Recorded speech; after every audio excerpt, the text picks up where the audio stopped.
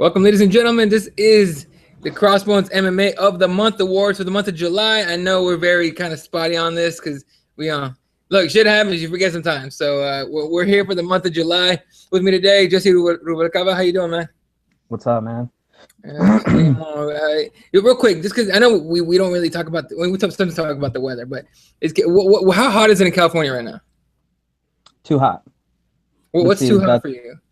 But see, that's me, a Californian, complaining about like 100, 109 weather. Like, I'm pretty sure over in your area, like, that's it. But yeah, too hot for us. Over here, we're just like, fucking. I mean, I don't know. I don't. Here's the thing. A lot of people in Arizona have leather seat cars, and including a lot of people that work here. And if you go into the parking lot at my work, everyone's got, instead of putting the sun visor on the actual windshield, it's just on the seat. Just because it's too fucking hot. They can deal with the heat in the car. They can't deal with burning their ass on a freaking leather seat. So that's how hot it is in Phoenix right now. So if you're in Arizona, you feel my pain. Anyway. All right, well, let's get to the awards here. We're going to kick it off with the very first award of the night. We are going to start off with Upset of the Month. Jesse, you want to go first? Yeah, I actually had two. And then I had to think about it a little bit harder. And I've got to say, I've got to go with the Tom Lawler win. Just because I think if you looked at everybody's picks on that fight, I don't think anybody had Lawler winning. I don't even think anybody had a joke pick of like, oh yeah, he might win. Like, nobody saw that coming. My other pick was going to be the Marina Shafir, when she got knocked out, because of course, you know, she's friends with Ronda Rousey and everybody kind of is high on her, and she got just knocked the hell out. But I got to go with Tom Lawler. I mean, he was pretty much the complete underdog. Nobody gave him a shot, and you know, he went out there and did his thing and won. So yeah, I was surprised as hell too when Lawler won that. It was look, Lawler just never showed me anything to make me want to pick him, and then all of a sudden he just, you know, ends up winning. So good for him there. And we're gonna go ahead and give the pick. Dom Manos picks for Upset. He picks Josh Semen over Kyle. And I don't remember that fight. To be honest with you, I don't like Jason. Is it Jason? Josh. It's Josh Semen. I can't stand that dude at all. So I don't really care to watch him. But I just can't stand him, dude. Ever since the Ultimate Fighter, the whole thing with that, the Ultimate Fighter, when he was on top of that dude, and he's like, "Watch this," and started doing the double punches. I'm like, "You fucking prick!" I can't. I hope the dude gets out from under and heel hooks you. But look, I got to give it to him. He's been winning. Somehow he's been winning. So I can't. You know, you can't knock it, right? All right. His dead girlfriend's helping him out in the ring there. Yeah, right. That's kind of fucked up. So anyway. My pick for Upset of the Month, it wasn't a huge upset, but I think it was, most people didn't expect this fight to go the way it did. Jeremy Stephens over Dennis Bermudez at UFC 189 with the knee to the head. First of all, before the fight started, everyone was picking Dennis Bermudez. Why? Because Bermudez has all the tools. Jeremy Stephens is pretty much down to just striking, right? That's kind of all he's got at this point. Then as the fight went on, Bermudez was clearly winning the fight. And then to come up with the perfectly timed and placed knee and win knockout, it was awesome. And so I call that's my upset of the month. Jeremy Stephens over Dennis Bermudez on a fight card that was just sick at UFC 189. So definitely, Jeremy Stephens definitely stepped up on that one. Dennis Bermudez did as well, even though Jeremy Stephens did miss weight in that fight. But I think he did yell at Dana or yell at Joe Silva or somebody of like, you know, the weight issue, not going to be a problem anymore, you know, whatever. So hopefully that upset win gets him a little something, right? Yeah, exactly. All right, number 2, undercard fighter of the month. Who you got? I went with somebody that I think probably not like the most like undercard fighter, I think, but to us true MMA fans. But I think to most people, nobody will even know who I'm talking about. But Michael Venom Page. People that know this guy know how exciting he is. Bellator fighter. He fought on the last Bellator card, and man, every time he fights, he impresses me the hell. Like, I mean, that dude has everything. He's got the Connor striking, the Anderson Silva, like, little dancing around and, you know, moving, and, you know, he's just the whole package, and he knocks dudes out. So for me, I just want him to just be placed higher on the card, you know. The Bellator needs to give him a little bit more of a push here. They're pretty high on him already, but they just need to give him, you know, a bigger push, because that dude's a star in the making right there. So if you didn't catch that fight, man, you got to go back and watch it on YouTube or something. That dude's amazing. MVP. Yeah. No, Michael Van Page is one of those guys. People actually compared him to Anderson Silva because of the way he, not only the way he moves, but the way he acts in the cage.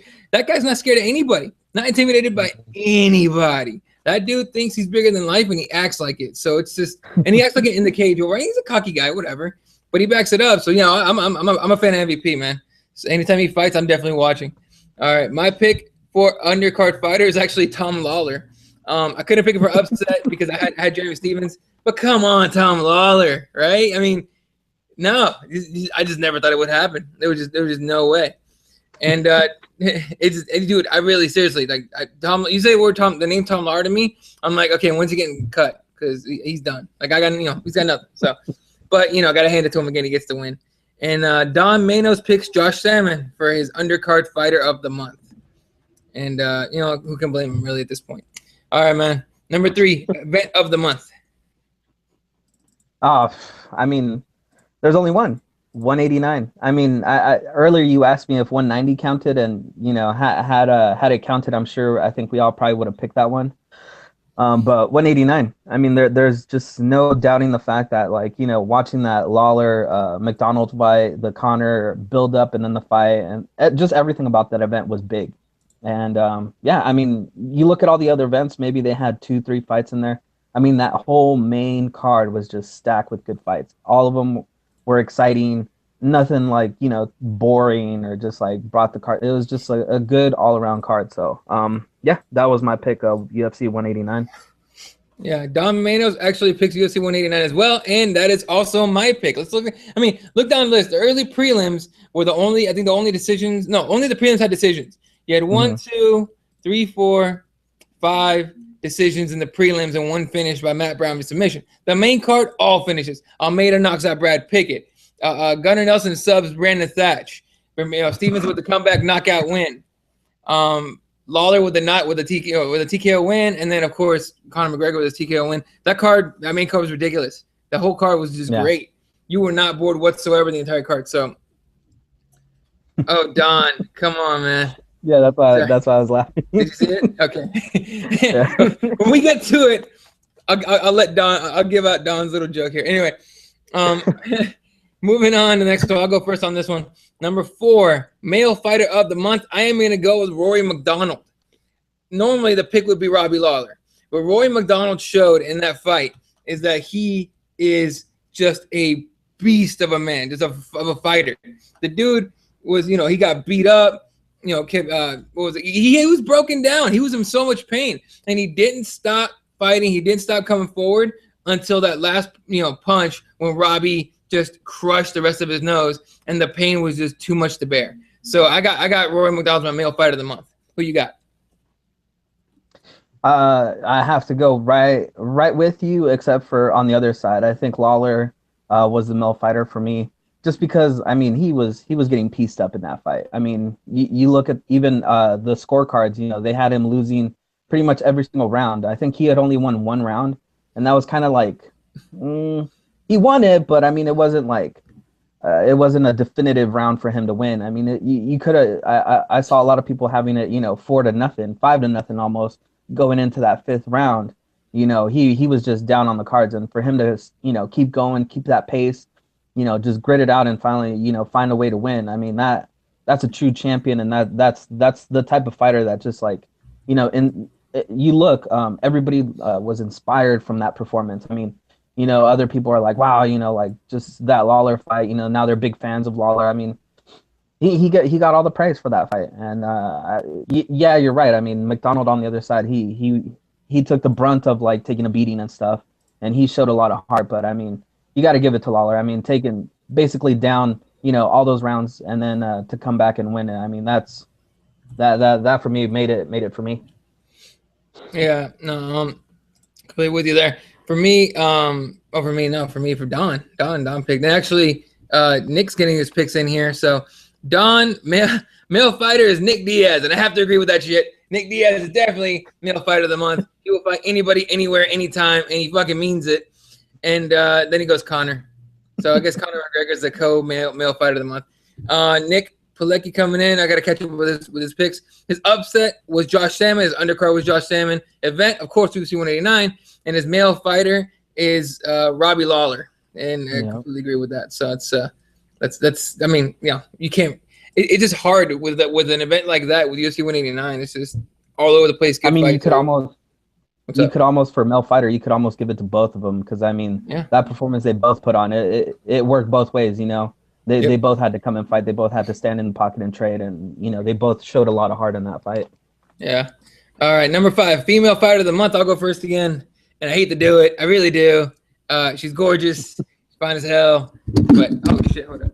But I can't stand her boyfriend at all, and that part annoys me. So Miesha Tate is my female fighter of the month. Newfound cardio, or better cardio, newfound power, really, right? We've never really seen her put the hurting on a girl on the feet the way she did against Jessica Eye. That overhand right, landing right where it did, it pretty much changed the entire fight. Jessica Eye, I wouldn't say dominated, but she did really well against Miesha in the first round, right? And then for Miesha to come out and hurt her like that, the rest of the fight was just, it was Miesha Tate's game. So, yeah, Miesha Tate's my pick. Who you got? I gotta go with the same thing. I mean, I thought Cyborg, but for me, the problem was that we all knew what Cyborg was gonna do, and she did exactly what she was gonna do.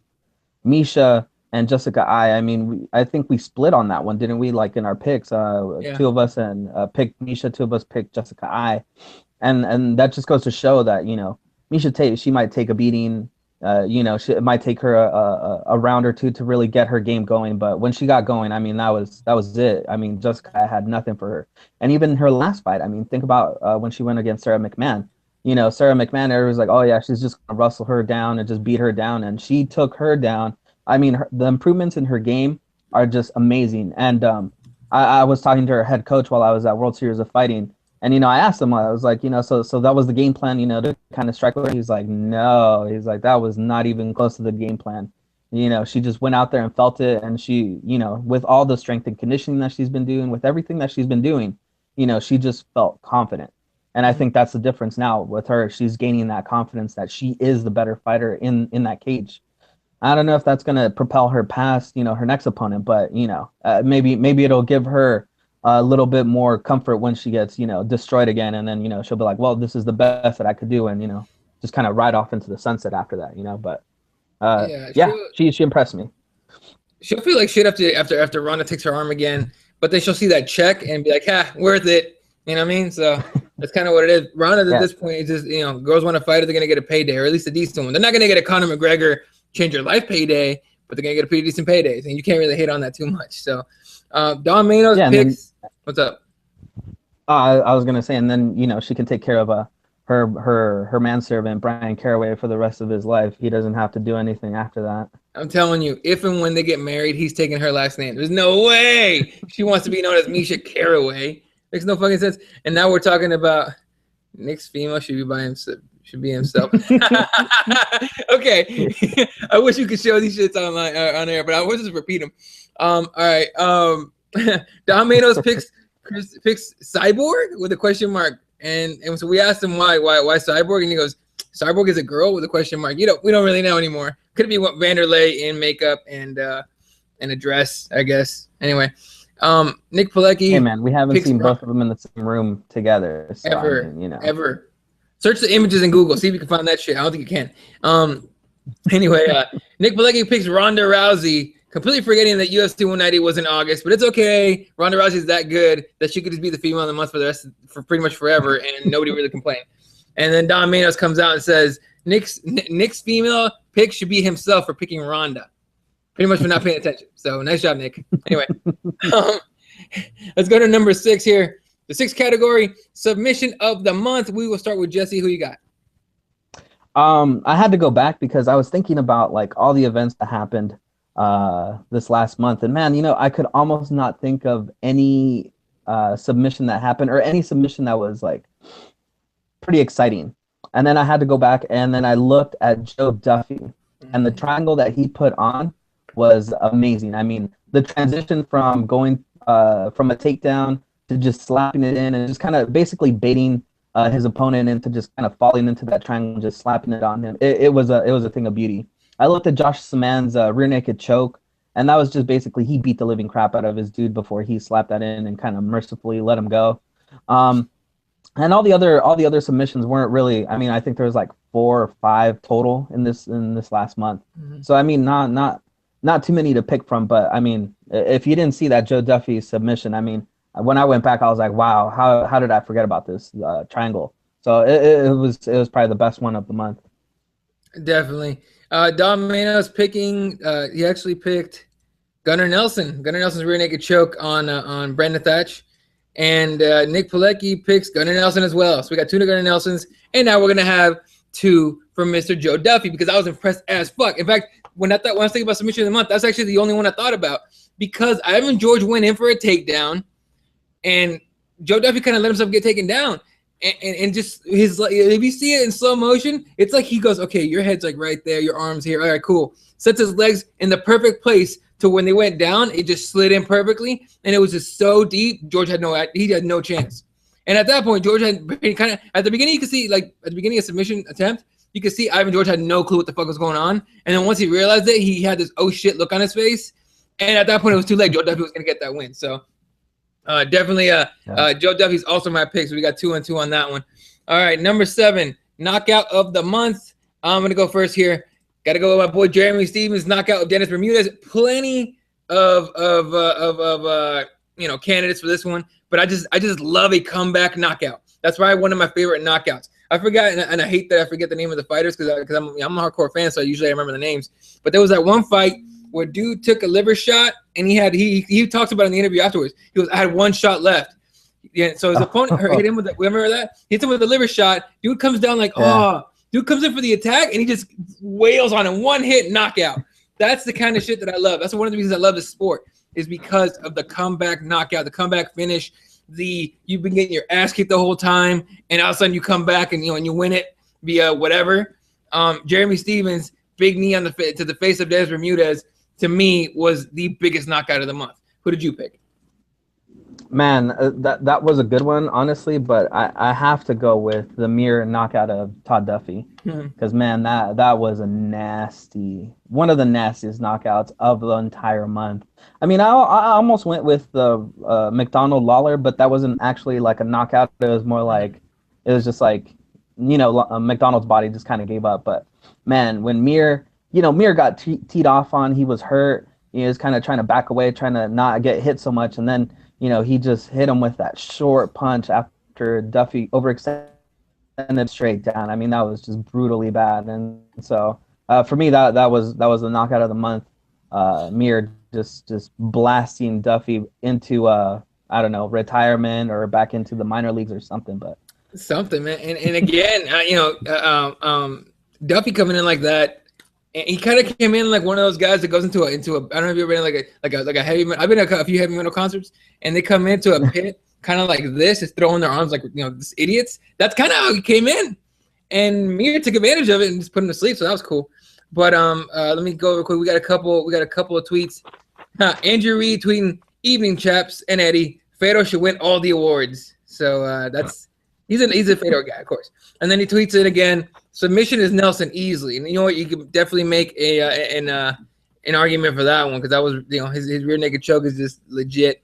And I mean, Gunnar Nelson's kind of the guy that at this point, if you get if he takes your back, you're kind of fucked. So that's where we're at with that. All right, let's go with Nick Pilecki and Mr. Don Manos.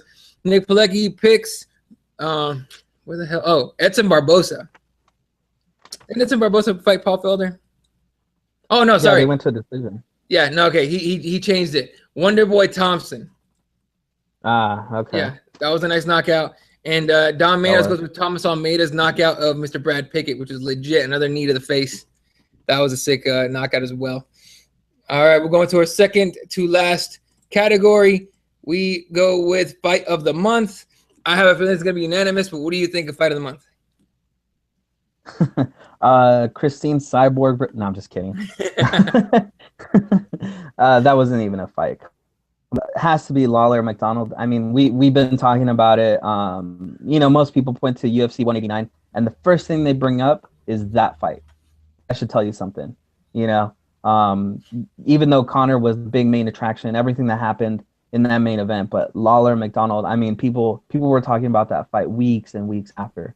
And that was a moment that, I mean, everybody where I was at watching the fights, everybody was on their feet, screaming and yelling. I mean, it was nuts, dude. It was so crazy. And then when, Lawler finally won, everybody's screaming, people that were screaming against him, they started cheering for him. It's just one of those classic fights that, these two guys are going to look back at and be like, wow, yeah, we were a part of that. Unfortunately, that it also means that it took a lot out of both of them. And I don't think either one of these two fighters are ever going to be the same after this fight. Maybe Lawler not so, less, because he's been such a tough dude for his entire career. But I mean, McDonald, that just brutal beating he took. I mean, I don't think he's ever going to be the same. Yeah, dude, and of course the other two, Nick Pilecki and Don Manos, also picked Robbie Lawler against Ronald McDonald, and I did as well. And I completely agree with you. It was one of those fights where it was awesome. There's not one person that didn't enjoy that fight. There's so many people, me included, that think that might be the best fight ever. Maybe, it's one of my picks for top. At least for me, it's at least top 3, right? But it's it definitely did take years off their careers, if not their lives, man. That was rough. The way Robbie, you're right. Robbie's been in the game for a long time. He's fought everybody, and then still tough, still getting there, taking shots. And Rory McDonald still, he's a younger guy, but he took a whole lot of damage and got his nose crushed to shit. So definitely a fight that took a lot out of everybody. But all right, so we all agree on that one, of course. And our last category for the awards here, the fun category. I'll let you go first. Is our what the fuck of the month? It's something that happened that was just really, really weird and unexpected. What was your pick? I have to go with Joe Lozon being his own referee in his own fight. That was just it. It's one of those things where you're looking at it and you're kind of like, okay, the ref's gonna stop it, and then he just kind of got up and walked away and was like, yeah, it's over. And then Herb Dean's still there trying to see if what was it? Who was it? It was the Fireball kid that he was fighting. Yeah. Takanori Gomi. Yeah. To see if Gomi was still gonna get up and try to do anything else. And I mean, it took him almost a minute before he finally called the fight.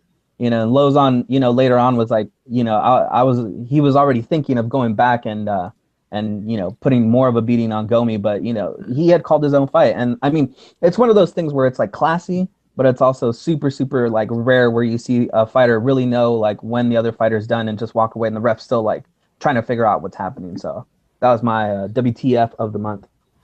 All right. Andrew retweets, he chimes in with this one. He goes, fun moment of the month. Basically, what the fuck? But fun moment of the month was a bespectacled Podgy Eddie Bravo and UFC Reebok kit. Eddie Bravo corners Ben Saunders. And I did get to see him in his little Reebok kit. He looked hilarious. He didn't even look right, to be honest with you. So, yeah. Anyway, Don Manos, his what the fuck of the month is Sinead O'Connor singing. I got to agree. That was just screeching. And to be honest with you, I kind of enjoyed. Who's the other guy? The one that sang for Chad? Do you remember his name? Aaron Lewis. Yeah, Aaron Lewis. I actually enjoyed that song after hearing O'Connor. So I was like, oh, thank God it got calmed down. And I can't stand country, by the way. So that'll tell you what I thought of that too. And Nick Pilecki just says, I just pissed my pants. And he's talking, of course, about Angela Magana pissing her pants in her fight against Michelle Waterson. Something that no one really noticed during the fight. I certainly didn't. But weird enough that the internet has a lot of weirdos on it, that somebody was definitely paying attention to her vagina very, very closely and found a picture, zoomed in on it, screen capped that shit, and put it out on Twitter. So it was all over the place. And I don't know if she's joked about it at all, but I know everyone sent it to her. Because when you talk a lot of shit and something embarrassing happens to you, you're going to get hammered on Twitter with some embarrassing shit. All right, and my pick for what the fuck of the month, and it's the only one I could think of. It's the first one I thought of, and it's sad. And it's still what the fuck of the month because it also speaks, I'm going with the Elizabeth Phillips nipple slip at UFC Chicago.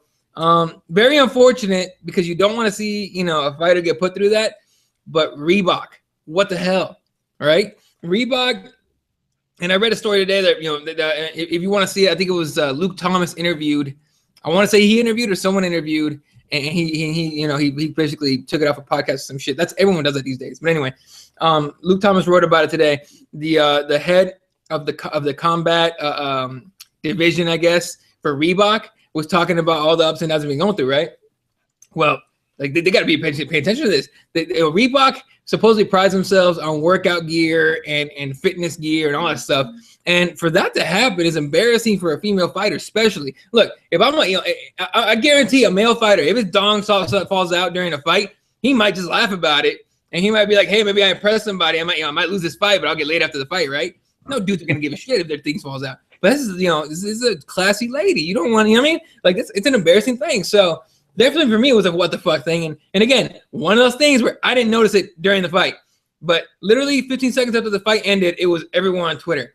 And it got pretty bad. And it's one of those things no girl should be put through that kind of shit, right? But yeah, look at the interview Miesha Tate did after that. Yeah. She said that after she saw that and heard about it, she doubled up on her shirt, just to be extra safe. And yeah, you're right. I mean, that's the thing. And she even said she wants to go talk to Reebok, and try to get something to really, really secure the women in that area, because, like you said, it's just one of those things you don't want to worry about that while you're fighting. Even when, if you think back when Ronda Rousey first fought in the UFC, she almost had an accident too, because she was wearing those like really thin spaghetti strap type bra. And when she shook off Liz Carmouche off her back, because I was there at that fight, first thing she had to do was adjust herself, Oh, yeah. And those are instances where, if you're thinking about something else or trying to do something, you could get caught, you could get hit, and that could totally change the course of the fight. So, Reebok really needs to get on top of that stuff. So. Yeah, and to be a pig for a second, unfortunately for all of us, Miesha Tate doubled up on her bra. So that sucked, because it would have been great if somehow that fight went to the ground. If her titty pops out, hey, you know what? Live TV, what are you going to do, Miesha? But still, anyway, just to be a pig for just a second. But again, I respect all fighters. And it really sucks that Elizabeth Phillips was put through that. And honestly, people kind of, it almost turned out to like everyone turned into like they were like 8 years old again, because they were like, oh my God, titty, rah! Like they don't know that porn exists. Anyway, all right. That's gonna be actually it for our awards. We're actually moving on. We're gonna double up a little bit here. We're not gonna talk about the entire fight card for UFC Nashville that goes down this Saturday, but I will give you the times.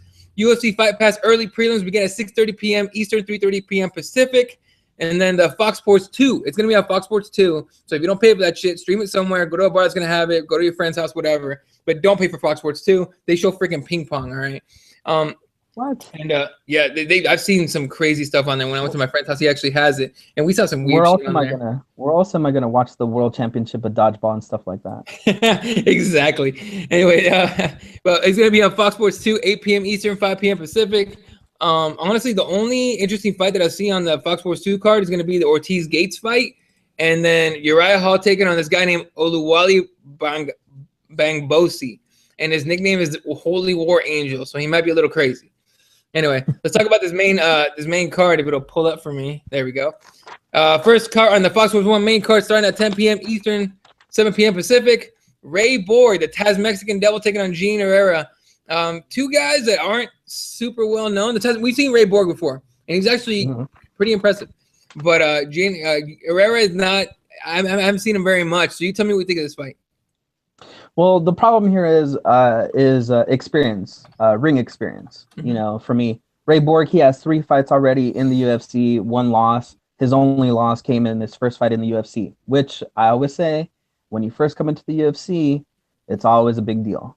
So that's the thing that kind of gives me a little bit of concern here with Herrera. 8-0, against Ray Borg, 8-1 in his first fight in the UFC. So, both of them really, really good submission artists. I'm gonna have to go with Ray Borg here. I think he's already got the experience in the cage. The only thing that Herrera has really going from is he's coming off a really, really good win, winning the championship belt over at RFA. He was going to defend it soon, but then he got called up here into the big league. So it just might be a step too fast for Herrera here, but we'll see. I mean, La Pulga might be really good here. I hear a lot of people really swirling and swooning for this guy, so we'll see. Yeah, and so who are you picking on this one? Ray Borg. Ray Borg? All right. I'm also going with Ray Borg here. Gene Herrera, you're right.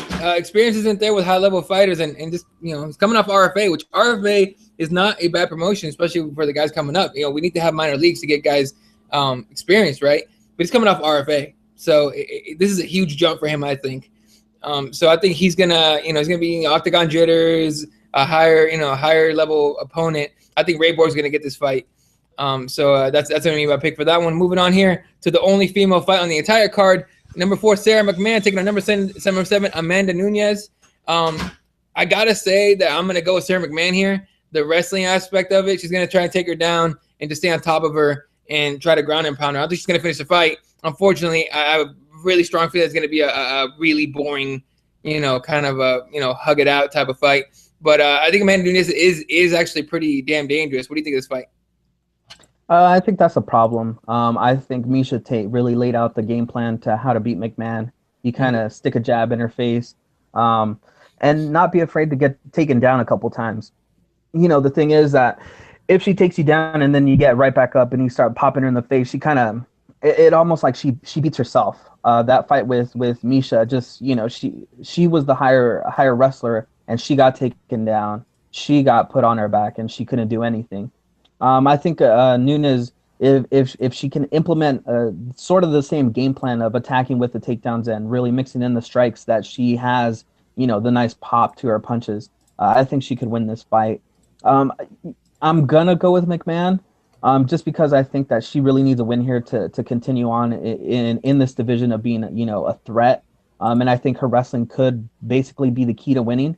But I mean, I give Nunes a really, really good shot here with her level of striking and the way she transitions her from a clinch game to breaking and throwing those really, really hard shots. So I think it could be an interesting fight if Nunes is able to keep this standing.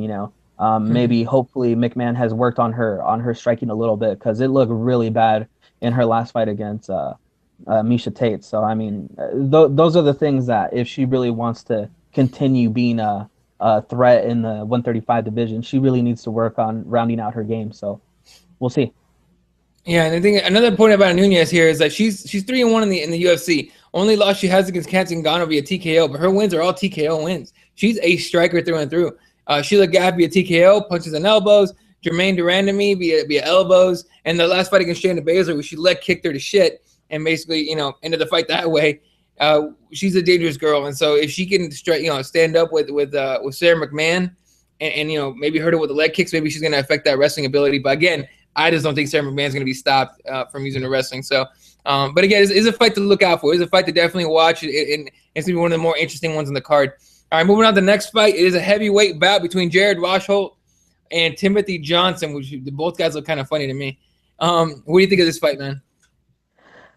I know a little bit about Johnson, not enough. Jared Rosholt, though, I mean, he's impressed me a lot with just how a lot of people compare his kind of body type and his kind of style to Cain Velasquez, and I can see it. He's real athletic. He's got a real athletic background. He just needs to put it all together. I mean, he's kind of inconsistent. Here in the UFC, I believe. I think he has he lost one, won one. I think he's traded wins and losses, if I'm not mistaken. Mm-hmm. But I just think that he has the more potential here. He just needs to put it all together. That's pretty much my only thing here with Rosholt. I mean, I think Rosholt could definitely be one of those guys in this division, in the heavyweight division, that makes a splash. He just needs to really button everything up and really get it going. I mean, it's like I was mentioning earlier with Amanda Nunes. It's the way you mix in everything. If you're just a straight boxer and you can't transition smoothly into the wrestling or the takedowns or the clinch, you set up things and then you're too awkward trying to get things going, and that's what Rosholt does. I mean, he's really good at throwing those big heavy haymakers, but when he tries to go for a takedown or something or change levels, he telegraphs it way too much. And if he just buttons that up, I mean, he could be a really, really good heavyweight fighter. So I'm picking Rosholt here, even though Johnson's little mustache and bald head combo looks pretty awesome, but I don't know how far that's going to get him. What do they call it now? Dad bod? That's what that dude has. The dad bod. I don't understand. Well, by the way, I don't understand the fucking shit about the dad bod and what some girls like it. But hey, I'm assuming older women like it because, or let's say, no, I'm about to get real off the PC trail. So never mind. I gotta think about that one. I agree with you with the Rosholt thing. I'm actually gonna pick him, but he just, I don't know. There's something about it doesn't impress me very much. And last time I saw him, he was trying to hug too much. So, but I guess Johnson, I'll give him that one. All right, moving on here in the if I can pull up my browser, there it is. And the next fight, actually one that I'm actually excited about, Derek Brunson against smiling Sam Alvey. I'm gonna pick Sam Alvey via knockout, right? He's got hands just first of all, kind of not really out of nowhere, but kind of out of nowhere, man. This dude just started knocking dudes out. He's got 2 or 3 knockouts in a row. I don't see why he wouldn't knock Derek Brunson out. What do you think? Yeah, I think I don't see Sam Alvey here losing any steam. The steam that he's picked up in his last 2 or 3 fights, where he's just been laying dudes out and then smiling his way to go cash his check. I mean, I think that's going to continue here. Brunson, he's a striker mostly, a little bit of a wrestler, but I don't see that he has anything for Alvey that Alvey hasn't seen in his prior couple fights. So I think it's just going to be one of those fights where Alvey, smiling coming in and smiling going out. So it's unfortunate too, because Derek Brunson was one of those guys that a lot of people talked about, coming into the UFC and really doing something, and he kind of has fizzled out. Really, not many people talking about him anymore. So we'll see how this goes. Yeah, I think this is actually going to be Sam Alvey's launch into some bigger fights, some possibly not obviously not right away a contender fight, but on the way to that. And if Smiling Sam Alvey gets to that and actually fights for the title, that'll be very interesting to me. And of course, he's not going to come in here with the tanned out, what was it, a suntan or whatever the hell thing that he got in trouble for. So I know he's not going to be doing that, because I think he lost what's it called? The performance bonus. There you go, performance bonus. I think he lost out on that, so that really sucks. Anyway, the co-main event is Michael Johnson against Beneil Dariush. Beneil Dariush is a guy that's he's kind of not losing. He's only lost 1 fight, I think. And every time I pick against him, he wins. But I'm gonna pick against him again in hopes that I could break that. Michael Johnson, I think, is just too good. I think he should be fighting someone even higher ranked than him. I think Beneil's like number 12, I believe. So or something like that, and Michael Johnson number 5. I think you should be fighting someone higher, but I think most of those guys are either booked or just fought. So I'm gonna take Michael Johnson here, hoping that I could break my bad luck streak against Beneil Dariush. Who you got? This was one of the fights that was really, really tough to pick. But I think what really solidified it for me is how Dariush is really, really good at the ground game, getting people to the ground. Really attacking with his jiu-jitsu, with his wrestling, and mixing up the striking in it to set all that up. He's really, really a smooth transitioner. He's really good at just hitting people with so much different things that they just don't know what's happening. And I think the problem with Johnson is that even though he's the faster guy, he's got the bigger pop, he's got the stronger shots. His wrestling game has just not been there for me. I mean, he kind of wrestles a little bit, but I mean, it's just not there. He prefers to just stand and bang with people. And coming from his camp, the Black Zillions, they've had trouble. Their last couple fights, once they hit the ground, they're just, turtles on their backs and they can't do nothing down there. Vitor, who was the other one? Somebody else that went to the ground. Anthony Johnson. Yeah. Hit the ground, couldn't really do nothing off his back, and just got destroyed. And even though I heard him in an interview, Michael Johnson say that he himself has addressed it. I just don't think coming with that type of wrestling pedigree that they have down there. They have really, really good wrestlers, but it just doesn't seem like they're applying it. They're just headhunting, going for the knockout, and I think that's going to be a bad thing for him to just go out there and just try to go for the knockout. And I think Dariush is going to really show people that why even the UFC thinks really highly of him. I mean, they're putting in Dariush here in a co-main event slot with a really, really high ranked Michael Johnson. A guy that maybe winning 1 or 2 fights could get him into title contention. So that just goes to show you how high they are on Dariush. So I'm also going to pick Dariush. It was a really, really razor thin decision here for me. Both of these guys really, really good. Almost wish they wouldn't have matched these two up, because you kind of want these two to keep rising in the division and kind of maybe fight for a number 1 contendership instead of down here at a co-main event. Just one of them has to restart and the other one keeps on rising. But them's a break sometimes. Yeah, unfortunately, there's the breaks.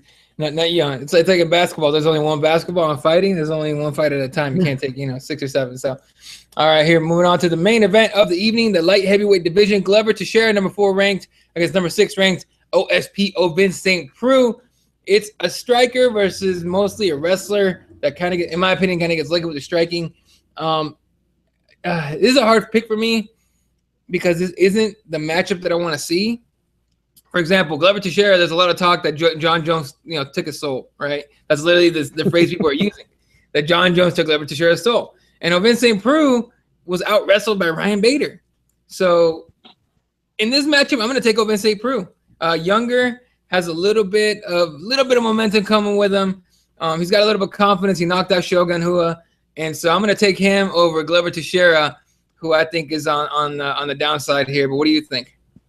Man, I think I messaged you when you guys were talking about this fight in the pocket with Nick. Mm-hmm. I mean, the whole thing of the UFC trying to sell this event as Glover Teixeira, the guy that took the 205-pound champion to the limit.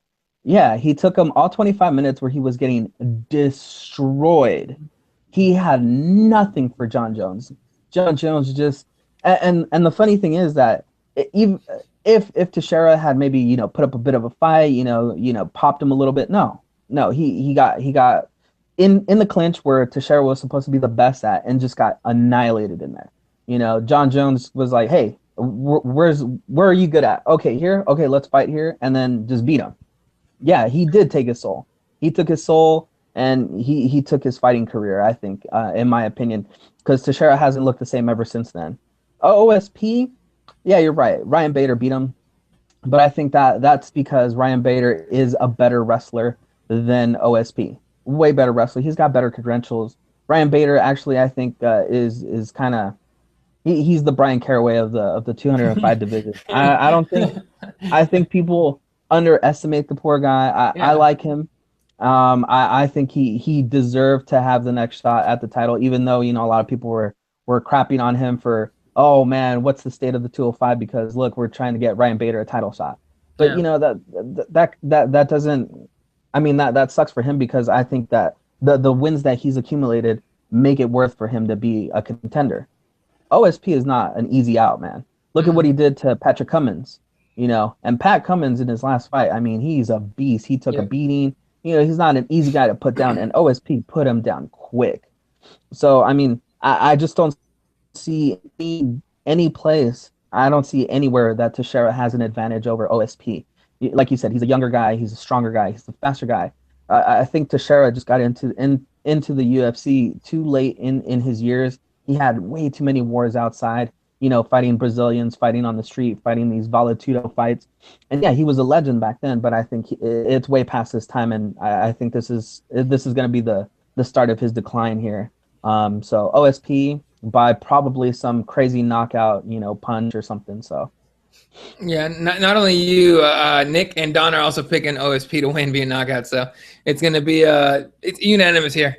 But yeah, I mean, you're right. Glover Teixeira's, his time, unfortunately, it seems like it has passed, right? And so, obviously, we've seen Frank Mir, Andrei Arlovski make comebacks, later in their age. I just don't know, man. I think once you fight John Jones and he beats you at everything you're good at, it kind of takes everything out of you. So, let me ask you, what's up? What I have a theory, but I want to know, like, what do you think? Why do you think is it that in this heavyweight division? Like we were talking about Rochalt and, why is it that all these older guys are having a resurgence? You know what? Maybe, I don't know. That's a good question. It's one of those things that for example, Frank Mir took after his motorcycle accident, he took a long break, came back, and he lost 4 in a row. And then we took that break, came back, started looking pretty good. We haven't seen anything with Cain Velasquez yet, so that's to be seen. Rochalt. You know what? I think it's just a different. Maybe they train differently. I think the heavyweights have gone from just being rock and sock and robots to actually trying to train some technique. I mean, you saw, what was his name? Damn, he's interim heavyweight champion Shane Carwin. Carwin come in with that, go get him, rock and sock and robot, just punch till you can't punch anymore, type of fight where he took a lot of damage. Mark Coleman, same thing. Brock Lesnar, you know, had his double leg and his muscle. That's kind of all he had. The second you punch Brock Lesnar in the face, he didn't like that, right? You see Cain Velasquez come in with technique. He's 240 pounds. He's faster. He has the cardio, right? And maybe it didn't work out so well against Verdum, but against everybody else, it was the technique that got him. So I think maybe it's a different type of training. But what's your theory? You know, I was kind of looking at how the resurgence of all these fighters have come about, and if you look back, it started when they started talking harsher testing for drugs and steroids and stuff, and it kind of it got me thinking that maybe the possibility is that since more of these fighters were scared of getting popped, you know, in their later age, you know, the young fighters aren't as doped up, you know, as a lot of people would say. You know, I think that gave the older people, the older fighters, the opportunity to really show their technique better, you know. And I think that's why we're seeing a lot of these older people coming back and resurging, because now they're not having to fight against like these really like, you know, superhuman type guys. I mean, because you know, like you said, look at what Cain Velasquez was doing. You know, got beat by a guy that's all technique. You know, all technique is what happened to him. And I think we're going to see a lot more of that coming up. We're going to see a lot more of that in pretty much every division.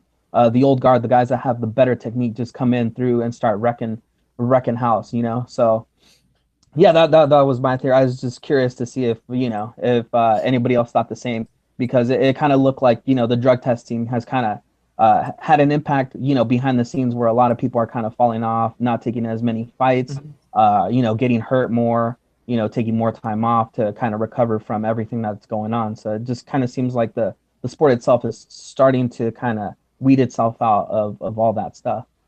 Yeah, and that was the one thing too that I said once the drug testing started was, or that I was thinking once drug testing started, is we're gonna start seeing more injuries. We're gonna start seeing more time off.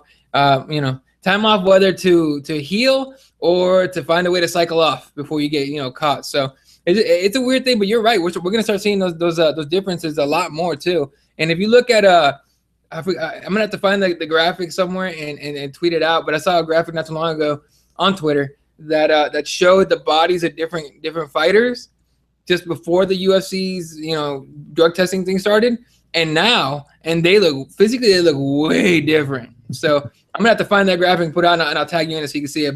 But if that's it, man, that's all we got time for today, because they're calling me to go back and handle some business here.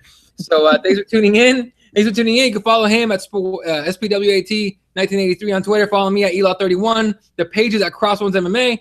Shout out to the good guys over at Fightbook MMA. They're good people. What do we got? Oh no, yeah, watch tomorrow's fights. Hit us up on Twitter. We always reply to people, and we like to shoot the shit. So, and tonight's Glory too.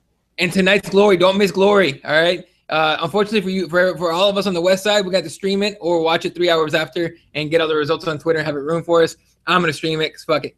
So yeah, thanks for tuning in. Everybody have a good day, and thanks for coming, Jesse. All right. Later.